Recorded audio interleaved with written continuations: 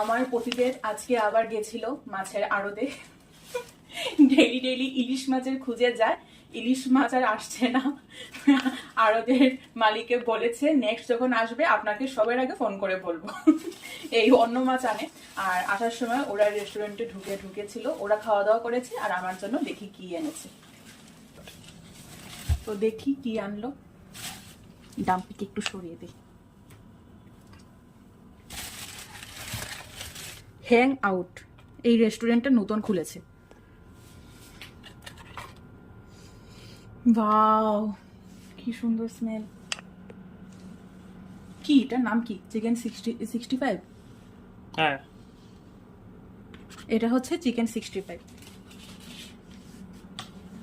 আর কি আনবো? এটার মধ্যে কি এটা? এটাও হ্যাং আউট। ওয়াও,